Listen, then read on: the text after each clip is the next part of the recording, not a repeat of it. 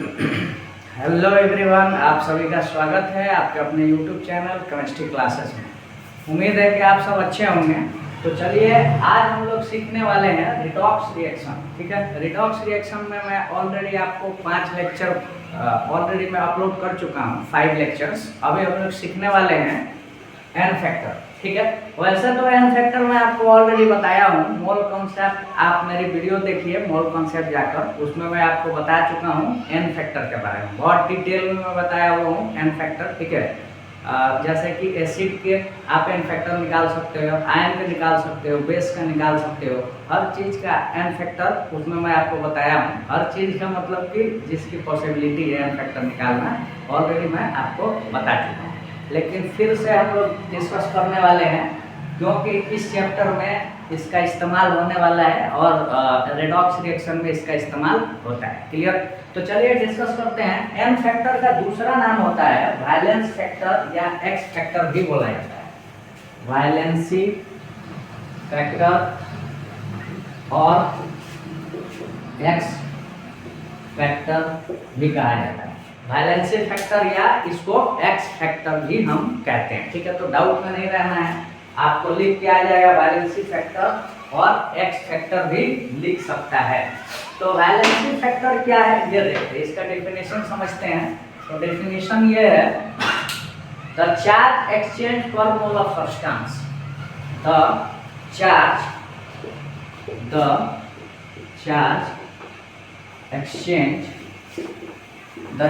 exchange per mole of a substance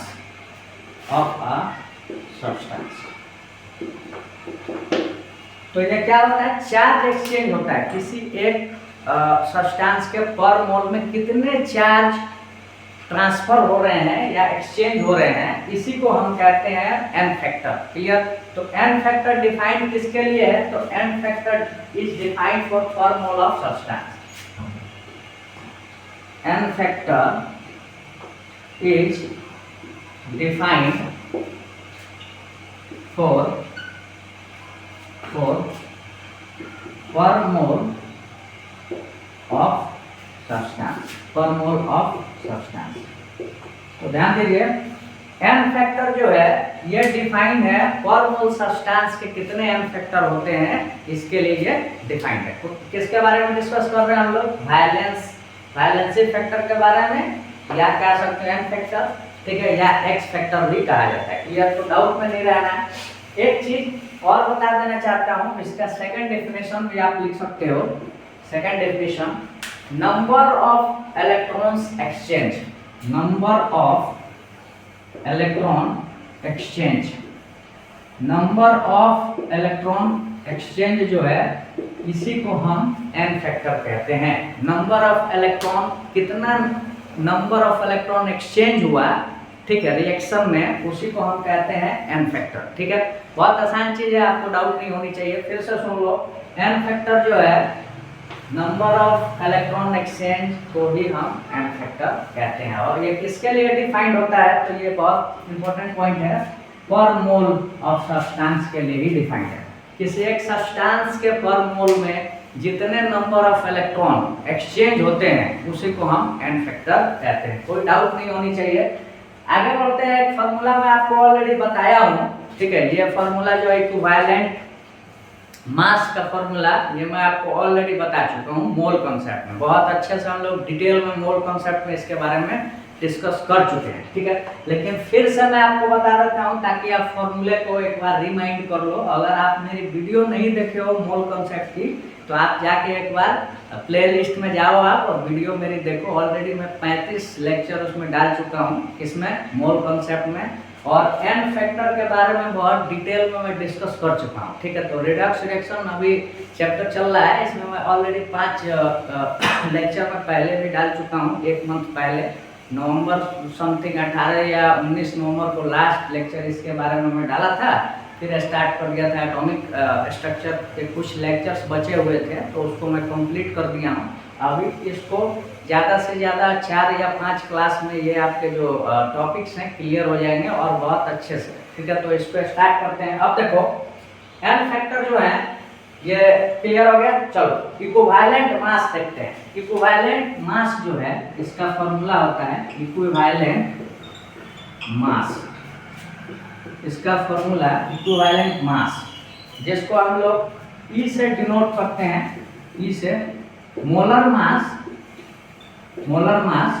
upon N factor, upon N factor. Molar mass upon क्या होता है, N factor. ठीक है, तो इसको याद रखना है आपको। इक्विवेलेंट मास जो होता है molar mass upon N factor होता है। ठीक है, फिर से सुन लीजिए। इक्विवेलेंट मास जिसको ई से डिनोट करते हैं molar mass upon N factor, ये फॉर्मूला होता है। चलिए आगे बढ़ते हैं। अब हम लोग सीखते हैं कैलकुलेशन ऑफ एन फैक्टर। तो एन फैक्टर निकालने का कैलकुलेशन सीखते हैं। तो जगह बहुत है तो नीचे में देख लेता हूँ यहाँ पे।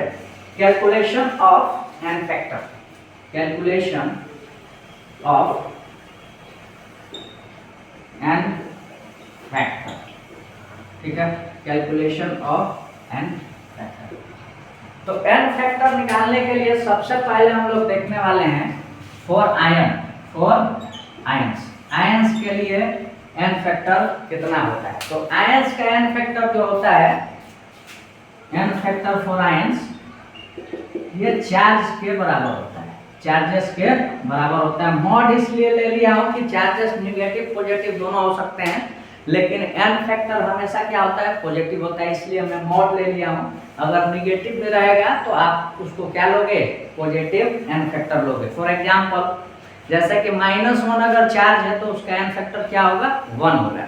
अगर मान लो -3 चार्ज है तो उसका एन फैक्टर क्या होगा, 3 होगा। क्लियर। तो चलिए एक दो एग्जांपल्स भी देखते हैं। जैसे कि एग्जांपल्स में देख सकते हो Na प्लस पहला एग्जांपल, Mg2 दूसरा एग्जांपल। ठीक है, तीसरा एग्जांपल भी ले लो L3 ठीक है। तो इनके एन फैक्टर बताने हैं। तो Na प्लस के एन फैक्टर कितने हो जाएंगे, चार्जेस के ही बराबर होते हैं। तो एन फैक्टर इनका जो है 1 हो जाएगा। इनका एन फैक्टर कितना हो जाएगा, 2। इनका एन फैक्टर कितना हो जाएगा, 3। ठीक है, चलो एक दो एग्जांपल ले लेते हैं माइनस वाले। तो N3-, ठीक है, N3- का एन फैक्टर बताइए। तो -3 है चार्ज, आपको ऑलरेडी बताया हूँ। एन फैक्टर जो है मॉड चार्जेस होते हैं, माइनस को आपको हटा देना है। तो यहाँ पे एन फैक्टर कितने हो जाएंगे, 3। क्लियर। चलो SO4 2- में बताइए, SO4 2- में। तो SO4 2- का एन फैक्टर कितना हो जाएगा बोलो। तो इसका एन फैक्टर आपका 2 हो जाएगा। क्लियर। अच्छा चलिए, एन फैक्टर तो हम निकाल लिए, तो इसका इक्विवेलेंट मास भी हम बता सकते हैं कितना होता है। ध्यान दीजिए यहाँ पे। नेक्स्ट अभी मैं फॉर्मूला बता चुका हूँ, molar mass upon N factor होता है। इक्विवेलेंट मास का formula molar mass upon N factor होता है। ठीक है, ये मैं बहुत पहले भी मैं आपको बताया हूँ इसमें, तो ये मैं बता चुका हूँ। मोल कॉन्सेप्ट में बहुत अच्छे से हम लोग डिटेल में इसके डिस्कशन कर चुके हैं। तो आप लोग आपसे रिक्वेस्ट है कि एक बार जाकर मोल कॉन्सेप्ट के एन फैक्टर्स का जो मेरा लेक्चर है उसको देखिए। ठीक है, एक फिर से मैं बोलना चाहता हूँ, ध्यान दो कि वीडियो आप अच्छे से देखो, बहुत डिटेल में आपको सारी चीज़ें बताई गई हैं। ठीक है, आपको कोई भी डाउट नहीं रहेगा। क्लियर। तो आगे बढ़ते हैं। अब देखो, अगर इसकी बात की जाए Na+ की इक्विवेलेंट वेट, तो कितना हो जाएगा, तो ये हो जाएगा मोलर मास अपॉन 1 m/1।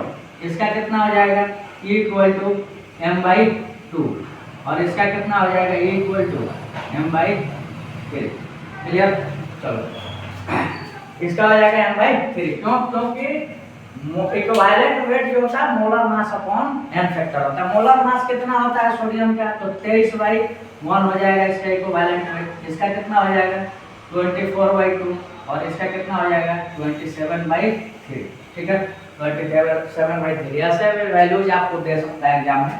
अब इसका आप देख सकते हो 14 कितना हो जाएगा, 3, 14/3। और इसका कितना हो जाएगा, आप इसका निकाल लेना, molar mass divided by m/2 हो जाएगा। ठीक है, क्लियर। कोई डाउट नहीं होनी चाहिए, बहुत इजी चीजें हैं। तो हम लोग आयंस के लिए देख लिए कि कैसे हम निकाल सकते हैं इसके एन फैक्टर्स और इक्विवेलेंट मास। वैसे तो मैं पहले भी बताया हूँ, फिर से ये तीसरी बार मैं बोल दिया, ठीक है। मैं पहले भी बता चुका हूँ कि आपसे रिक्वेस्ट है कि अगर आप नए मेरी वीडियोज देखने आए हो तो एक बार आप जाके मूल कॉन्सेप्ट में एन फैक्टर के मेरा जो कॉन्सेप्ट है उसको आप समझिए। उसमें थोड़ा सा अलग वे में मैं बताया हूँ और बहुत सारी चीज़ें उसमें आपको ऑलरेडी मैं बताया हूँ। अभी जो बताने वाला हूँ इससे भी बहुत ज़्यादा उसमें मैं डिटेल में बता चुका हूँ, ठीक है। तो आपसे रिक्वेस्ट है कि आप देखो, ऑलरेडी मैं जब डिस्कशन कर चुका हूँ तो आप वीडियो पे जाकर देख सकते हो। फिर से दोबारा बहुत ज़्यादा डिटेल में पढ़ाने की कोई मीनिंग नहीं है। वैसे तो मैं पढ़ाऊँगा, छोड़ूंगा नहीं, क्योंकि उस कैटेगरी का मैं टीचर हूँ नहीं। आपको भी पता है कि डिटेल में सारी चीज़ें बताई जाती हैं। तो चलिए आगे देखते हैं। अब हम लोग सीखने वाले हैं शॉर्ट्स के एन फैक्टर कैसे निकाले जा सकते हैं। तो शॉर्ट्स के एन फैक्टर देखते हैं। शॉर्ट्स के एन फैक्टर कैसे निकाल सकते हैं, ध्यान दीजिए।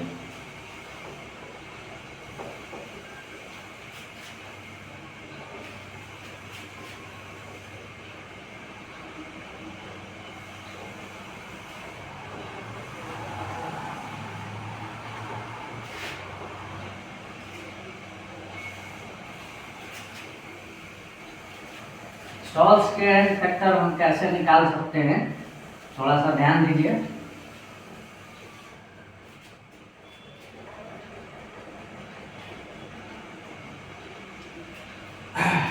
तो चलिए देखते हैं। For shorts N factor for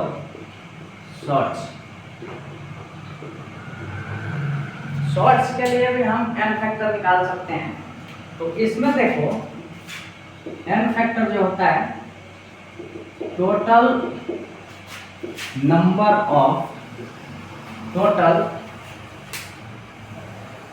cationic और एनायनिक चार्ज कह सकते हो। टोटल कैटायनिक और एनायनिक चार्ज क्या बोल सकते हैं एन फैक्टर को?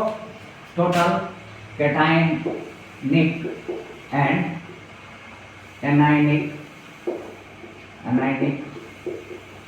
Charges. Total cationic and anionic charges, ठीक है। या क्या बोल सकते हो? LCM of charges of cation and anion. या क्या कह सकते हो? LCM of charges of cations and anions. LCM of charges of cations and anions, ठीक है। चलिए, तो ये भी बहुत इजी चीज है। कैटायन और एनायन का एलसीएम आपको निकाल लेना है, वही क्या हो जाएगा? एन फैक्टर हो जाएगा। तो चलो एक एग्जांपल्स देखते हैं। NaCl, दूसरा एग्जांपल देख सकते हैं MgCl2 का देख सकते हैं, या MgO देख सकते हो। तो MgO में देखो Na+ और इसमें क्या होता है? Cl-। Mg पे +2 होता है, O पे -2 होता है, ठीक। तो इसका एन फैक्टर ध्यान दीजिए, दोनों का एलसीएम, तो एन फैक्टर कितना हो जाएगा? 1। इस दोनों का एलसीएम, तो 2 और 2 का एलसीएम कितना होता है? ये भी कितना हो जाएगा? 1। ये भी कितना हो जाएगा? 1, ठीक है। चलो, 2 और 2 का एलसीएम कितना हो जाएगा? 1 नहीं होगा, 2 होगा। 2 और 2 का एलसीएम 2 होता है, माफ करना, बाय मिस्टेक लिख दिया। चलिए आगे बढ़ते हैं। तीसरा ध्यान दो, एक और हम लोग देख सकते हैं। तीसरा, थर्ड जो है L2SO4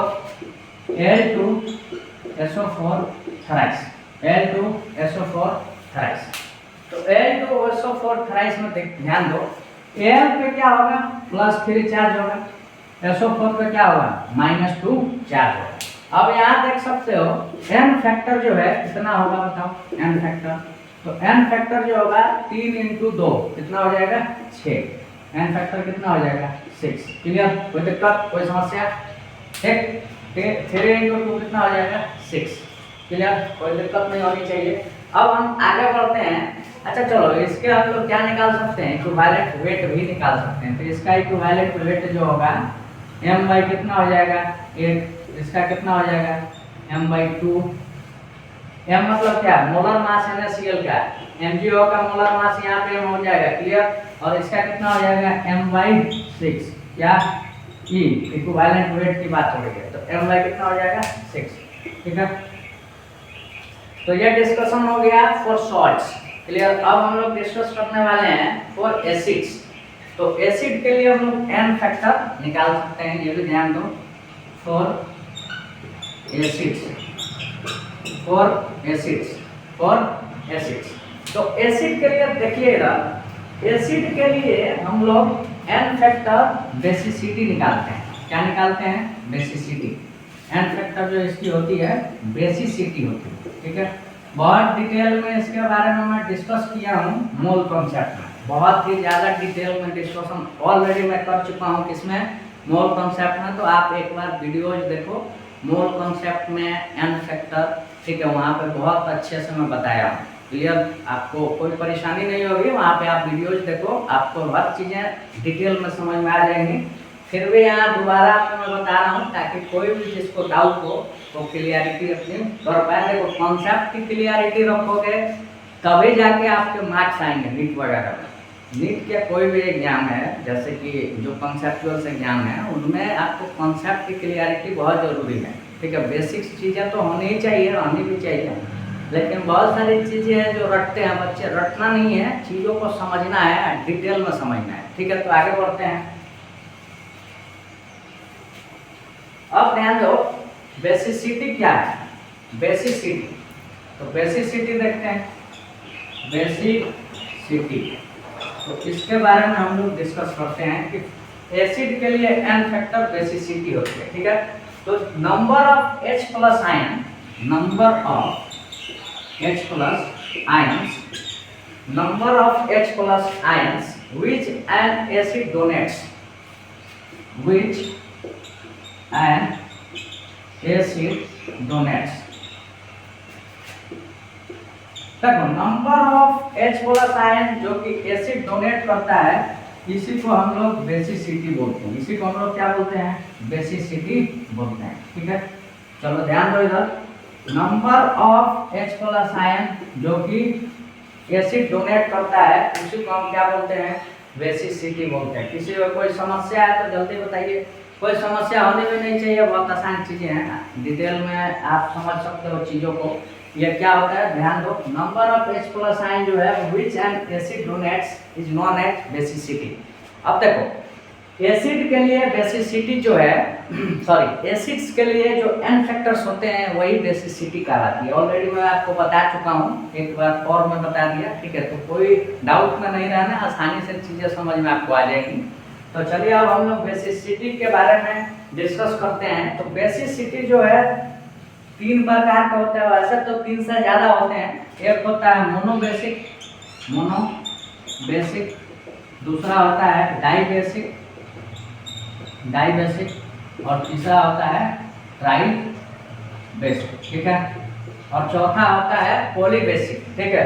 तो मोनोबेसिक में बेस कितना होता है ध्यान दो, मोनोबेसिक में बेस कितना होता है? 1। बेस 1 हो गया तो इसकी n फैक्टर कितनी होगी? 1 हो, ठीक है। बेसिसिटी कितनी होती है? 1। बेसिसिटी 1 होती है। इसमें कितनी होती है? 2। इसमें कितनी होती है? 3, क्लियर। बेसिसिटी 3, तो n फैक्टर कितनी हो जाएगी? 3। ये डाइबेसिक में कितनी हो जाएगी n फैक्टर? 2। मोनोबेसिक में n फैक्टर कितनी हो जाएगी? 1, क्लियर। तो अब ध्यान दो, अब बेस मोनोबेसिक कौन कौन होते हैं? तो ये नाम भी लिख सकते हैं आप लोग, HCl, ठीक है। इसके अलावा HBr, ठीक है। इसके अलावा CH3, COOH, ठीक है। ये हो गया मोनोबेसिक। डाइबेसिक में नाम लिख सकते हो आप, H2SO4, ठीक है। इसके अलावा H2CO2,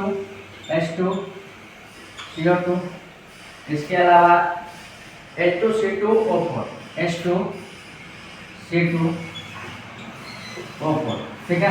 ट्राइबेसिक में भी आप नाम लिख सकते हो, H3PO4, ट्राइबेसिक में H3PO4, ठीक है। तो चलो अभी तो ये फिलहाल इतना बेसिक चीजें मैं आपको बता दिया। अब हम लोग देखते हैं फास्फोरस एसिड, जो कि ऑलरेडी मैं आपको बता चुका हूँ मूल कॉन्सेप्ट में, लेकिन इसमें बच्चे बहुत ज़्यादा कंफ्यूज रहते हैं, तो इसके बारे में फिर से हम लोग एक बार और डिस्कस करेंगे ताकि आपको कोई भी डाउट हो वो क्लियर हो सके। कॉन्सेप्ट की क्लियरिटी बहुत ज़रूरी है, फिर से बोल रहा हूँ, ठीक है। यहाँ रटोगे तो रटने वालों के लिए ये सब नीट और जेई जो है ना, रटने वालों के लिए बिल्कुल नहीं है। यहाँ कॉन्सेप्चुअल बच्चों के लिए है जिनके ब्रेन टेस्टिंग इसमें किया जाता है कि आप चीज़ें समझ रहे हैं कि यहाँ रट रहे हैं, ठीक है। रटो भी, लेकिन पहले समझ लो उसके बाद रटो, ठीक है। ये मैं नहीं बोल रहा हूँ कि रटो नहीं, रटिए आप, लेकिन एक बार डिटेल में अच्छे से समझ लीजिए, उसके बाद आप रट लीजिए, कोई दिक्कत नहीं है। चलिए आगे बढ़ते हैं। अब हम लोग डिस्कस करेंगे फास्फोरस एसिड्स के बारे में। फास्फोरस एसिड्स जो हैं उनके एन फैक्टर या बेसिसिटी कितनी होती है, ठीक है। आज हो सकता है कि आपको थोड़ा साफ दिखाई नहीं दे, क्योंकि इंक वगैरह की थोड़ी सी कमी है। अभी मेरे पास इंक खत्म हो गया, मैं देखा नहीं था, तो इसलिए हो सकता है थोड़ी साफ दिखाई नहीं दे रही होगी।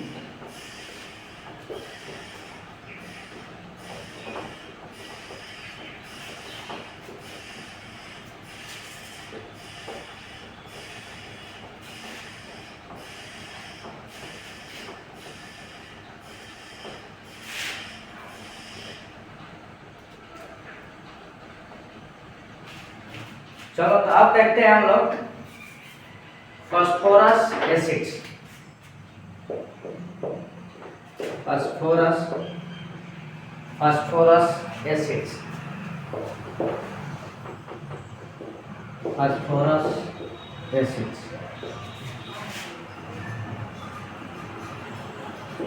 फास्फोरस एसिड्स में देखो कौन कौन हो सकता है, ध्यान दो।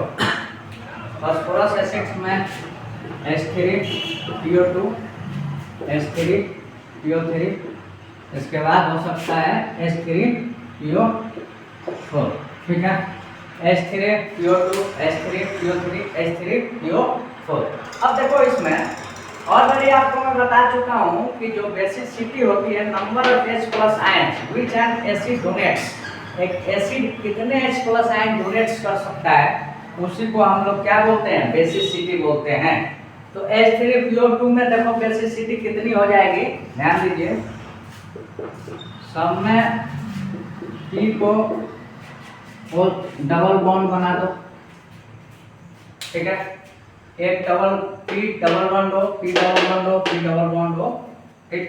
अब देखो एक OH, ठीक है, एक OH हो गया।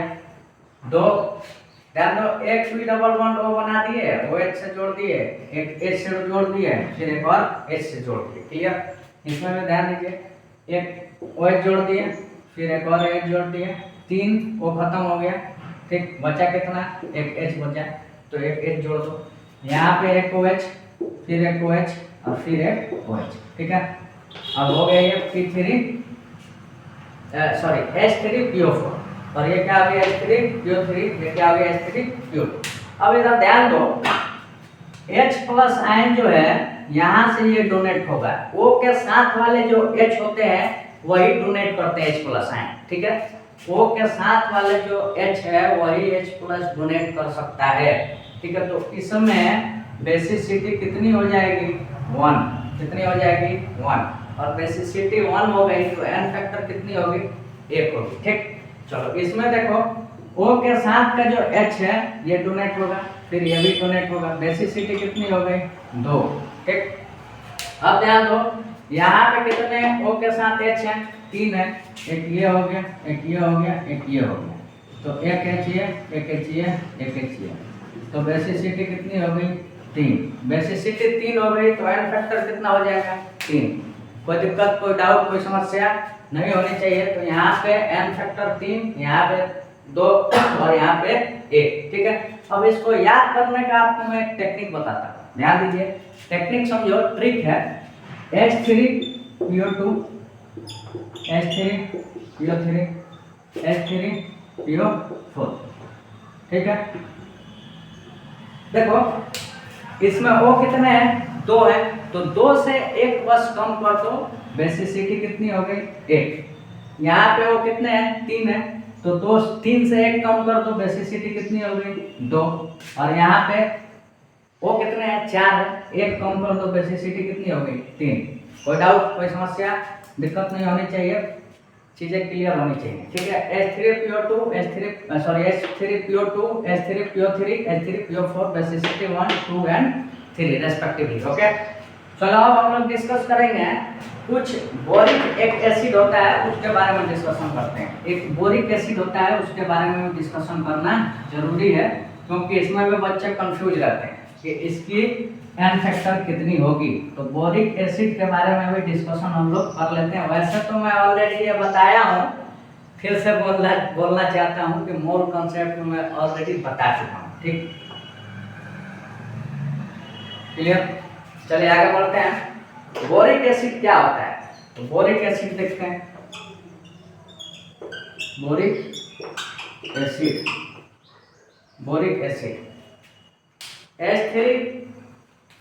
H3BO3 आपको ऐसा भी लिख के मिल सकता है BOH3, ठीक है। तो कंफ्यूज नहीं होना है, OH3 देखकर ये बेस नहीं है, एसिड है। जैसे कि कुछ बच्चे हैं इसको कंपेयर कर देंगे NaOH से, MgOH2 से, और ये लिख के आ जाएगा BOH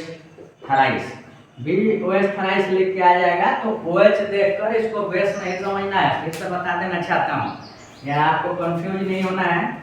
ये एक एसिड होता है और इसका नाम होता है बोरिक एसिड। ये एक एसिड है और इसका नाम है बोरिक एसिड, ठीक है। ये दोनों बेस हैं, ये दोनों क्या है, बेस है, क्लियर। OH इसमें है तो ये बेस कहलाएंगे, ये क्या कहलाएगा, एसिड, ठीक। अब इसको देखो, ये एक मोनोबेसिक एसिड होता है। अब H3 देखकर तो तुम्हें लगेगा कि भाई ये तो ट्राइबेसिक होना चाहिए, ट्राइबेसिक नहीं होता है, ठीक है। ये लुईस एसिड होते हैं, क्या होते हैं, लुईस एसिड। देखो लुईस एसिड कैसे कहलाएंगे, ये भी हम लोग ध्यान देते हैं। तो ध्यान दीजिए, बी के साथ कौन कौन आएगा, एक OH आ गया, फिर एक और OH आ गया, फिर एक और OH आ गया। अब देखो ये बताओ कि ये ऑक्टेट पूरा कर रहा है क्या, बोरॉन, ये ऑक्टेट पूरा नहीं कर रहा है। इसके पास कितने इलेक्ट्रॉन है, टोटल 6 इलेक्ट्रॉन है, 2 इसमें से और 2 यहाँ से, 2 यहाँ से, टोटल कितने हो गए 6 इलेक्ट्रॉन। कितने हो गए 6 इलेक्ट्रॉन हुआ। तो ये ऑक्टेट अपना पूरा नहीं किया है, इसका ऑक्टेट क्या है, इनकम्प्लीट है। ऑक्टेट क्या है, इनकम्प्लीट, ऑक्टेट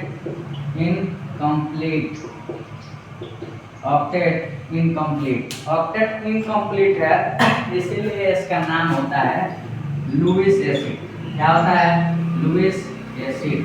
तो आपको याद रखना है, ये डायरेक्ट क्वेश्चन भी आ जाता है कि बोरिक एसिड एक कौन सा एसिड है, तो ये क्या है, लुईस एसिड है। बहुत सारे चैप्टर्स में इसका इस्तेमाल है, पहले से ही बता देता हूँ, एक चैप्टर में नहीं, वैसे तो मोल कॉन्सेप्ट में आपको बताया हूँ। दूसरी चीज इसको एन फैक्टर को मैं इसमें भी पढ़ा रहा हूँ, किस चीज में, रेडॉक्स रिएक्शन में, और भी 2-3 चैप्टर्स में इसके इस्तेमाल होते हैं। तो काफ़ी ज़्यादा इम्पोर्टेंट टॉपिक है, फिर से बता देता हूँ, काफ़ी ज़्यादा इम्पोर्टेंट टॉपिक है, तो इसको ढंग से पढ़ो। वैसे तो फर्स्ट चैप्टर में ये बता चुका हूँ, इसीलिए मैं बोलता हूँ कि बेसिक क्लियर मैं आपको करा चुका हूँ। अब आप चीज़ों को और डिटेल में समझ सकते हो केमिस्ट्री में। तो चलिए आगे बढ़ते हैं। लुईस एसिड खत्म। लुईस एसिड मतलब कौन सा होगा, बोरिक एसिड है, लुईस एसिड है। अब देखो लुईस एसिड को हम लोगों को अगर H+ डोनेट करना है तो कैसे डोनेट करेंगे, डायरेक्टली डोनेट हम नहीं कर सकते हैं। इसको हम क्या करते हैं इसको हम लोग, इधर ध्यान दो, इसको हम लोग पानी से रिएक्शन कराते हैं। किससे, पानी से रिएक्शन कराओगे तो देखो इधर OH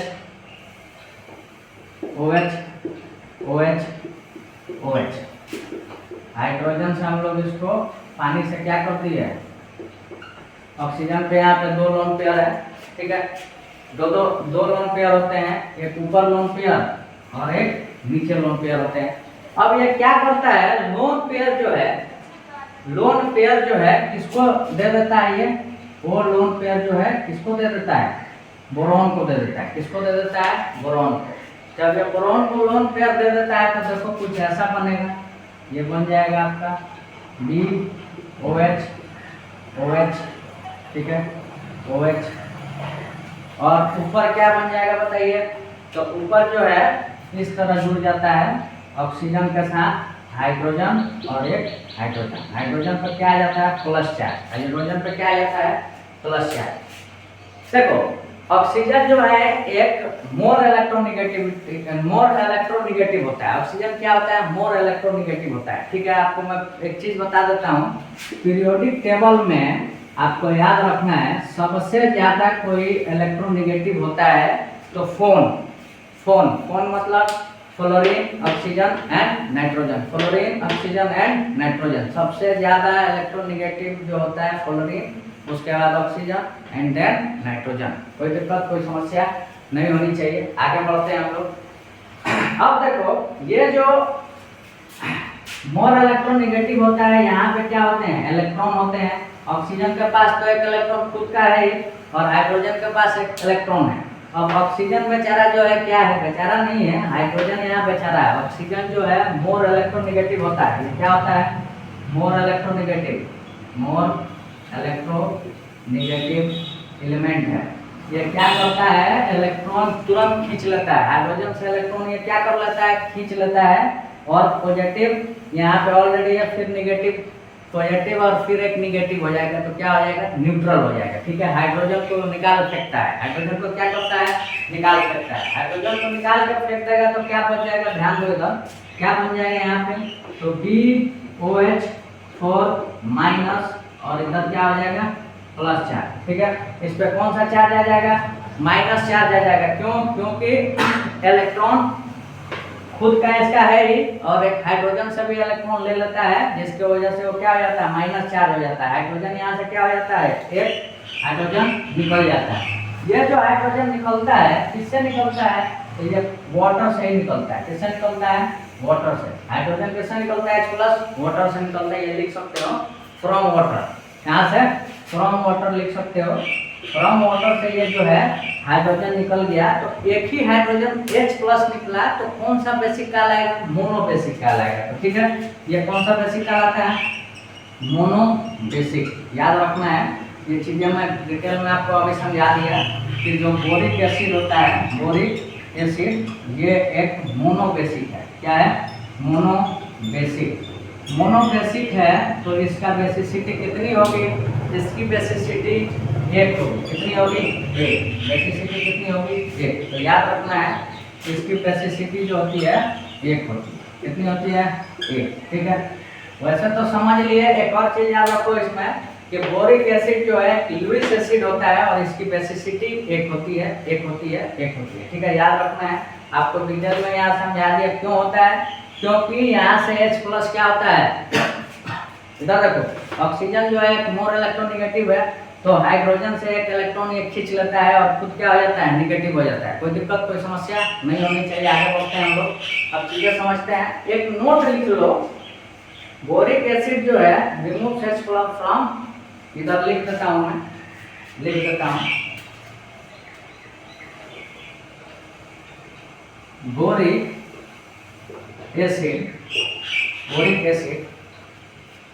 removes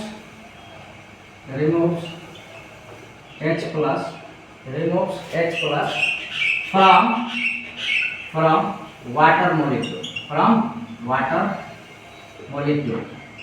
तो ध्यान दीजिएगा जो बोरिक एसिड है H+ रिमूव किससे करता है तो वाटर मॉलिक्यूल से करता है। किससे करता है वाटर मॉलिक्यूल से, ठीक है। फिर से सुन ले एक बार और, बोरिक एसिड से एक H+ आयन किससे रिमूव करता है वाटर से, पानी से। इसीलिए ये क्या कहलाता है मोनोबेसिक कहलाता है। इसका दूसरा नाम है क्या बताओ लुईस एसिड। क्या नाम है लुईस एसिड, ठीक है। लुईस एसिड इसका नाम है, ठीक है। क्लियर, कोई समस्या नहीं होनी चाहिए। एक चीज और मैं आपको बता देना चाहता हूँ कि n फैक्टर जो होते हैं एसिड के लिए तो डिपेंड करते हैं किसके साथ रिएक्शन कर रहे हैं, ठीक है। तो एक नोट में लिख लो, चलिए इसको मैं मिटा देता हूँ और एक नोट आपको बताता हूँ। एक आपको नोट बताता हूँ, बहुत काम का नोट है।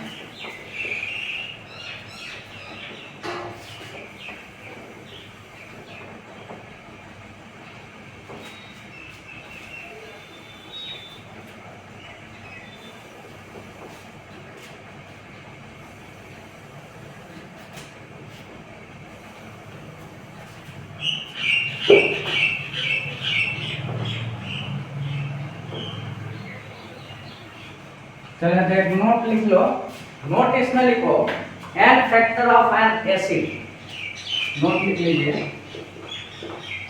N factor of an acid depends on, किस पर डिपेंड रहता है, तो ये टाइप ऑफ रिएक्शन पे depends on the types of reaction, the type of reaction. तो एन फैक्टर जो है एसिड के कौन से टाइप का रिएक्शन है उस पर डिपेंड करते हैं। It participates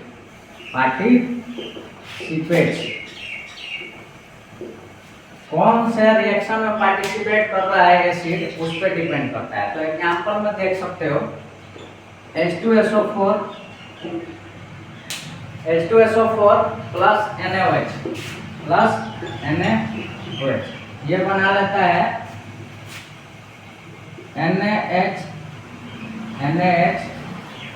NaHSO4 plus H2O, NaHSO4 plus H2O, ठीक है। अगर एक NaOH लेंगे तब, अगर हम लोग दो NH यहाँ पे एक लेते हैं तब SO4, अगर 2 NaOH हम लेते हैं तो ये बनाता है NaSO4 प्लस H2O, ठीक है। NaHSO4 बना लेता है, अगर एक NaOH लेंगे, अगर 2 मोल NaOH लेंगे तो क्या बन जाता है NaSO4 प्लस H2O, क्लियर। अब इधर ध्यान दो, इसमें ध्यान देने वाली चीज क्या है, देखिए इसका एन फैक्टर देखो, हाइड्रोजन पहले कितना था, 2 था, एक ही रिमूव हुआ है, कितना रिमूव हुआ है, मात्र एक H प्लस क्या हुआ है, ट्रांसफर हुआ है, ठीक। अब इधर देखो कितना ट्रांसफर हो गया, 2H प्लस क्या हो गया, रिमूव हो गया। ट्रांसफर मतलब क्या, एक्सचेंज हो गया है, यहाँ एक हुआ, यहाँ पे कितना हो गया, 2, एक भी नहीं बचा, 2 क्या हो गया, यहाँ पे H प्लस रिमूव हो गया, क्लियर, ठीक। तो इसका एन फैक्टर कितना हो जाएगा बताओ, एन फैक्टर कितना हो जाएगा, 1, और यहाँ पे एन फैक्टर कितना हो जाएगा H2SO4 का 2, ठीक है। यहाँ लिख सकते हो एन फैक्टर जो है इसका 1 है और इसका कितना है, 2 है। तो आपको याद रखना है कि जो एन फैक्टर डिपेंड करता है टाइप्स ऑफ रिएक्शन पे, जिसमें जो एसिड है क्या कर रहा है, पार्टिसिपेट कर रहा है, तब हम बता सकते हैं कि इसकी एसिडिटी कितनी होगी, सॉरी बेसिसिटी कितनी होगी, क्लियर। तो यहाँ पे बेसिसिटी जो है 1 है और इस केस में कितना है, 2 है, ठीक है। तो ये आपको डिटेल में समझना पड़ेगा। वैसे मैं आपको फिर से बताना चाहता हूँ कि मैं ब्लैक बोर्ड पे पढ़ाया हूँ ऑलरेडी ये टॉपिक को, तो ऐसा नहीं है कि आप नहीं समझ सकते हो, डिटेल में वहाँ भी आपको डिस्कशन की गई है। तो आजकल तो आप बच्चों को क्वांटिटी से मतलब नहीं है और क्वालिटी उनको चाहिए, एजुकेशन क्वालिटी है भैया, ऐसा नहीं है, यहाँ पे एजुकेशन क्वालिटी है, आपको सिर्फ HD क्वालिटी चाहिए। तो धीरे धीरे सब लोग बढ़ते हैं, ठीक। पढ़ाई अभी देखो सबसे बड़ी बात है कि कॉन्सेप्ट की क्लियरिटी बहुत ज़रूरी है, जब तक कॉन्सेप्ट की क्लियरिटी नहीं करोगे तो दिक्कत होने वाली है आपको, ये आप क्लियर करो, ठीक है। चलिए फिर से एक और बात बता देना चाहता हूँ, एक बार देख लो, कभी कभी वीडियो बंद भी हो जाता है, तो वीडियो तो बहुत अच्छे से चालू है, ठीक है। तो आज तो मुझे लग रहा है कि 40 मिनट में नॉन स्टॉप पढ़ा दिया हूँ, तो आप लोग भी खुश होंगे कि चलो भैया कुछ तो आज पढ़ाया। तो आज का जो टॉपिक था ध्यान दो, आज आपको मैं क्या क्या बता दिया एन फैक्टर में।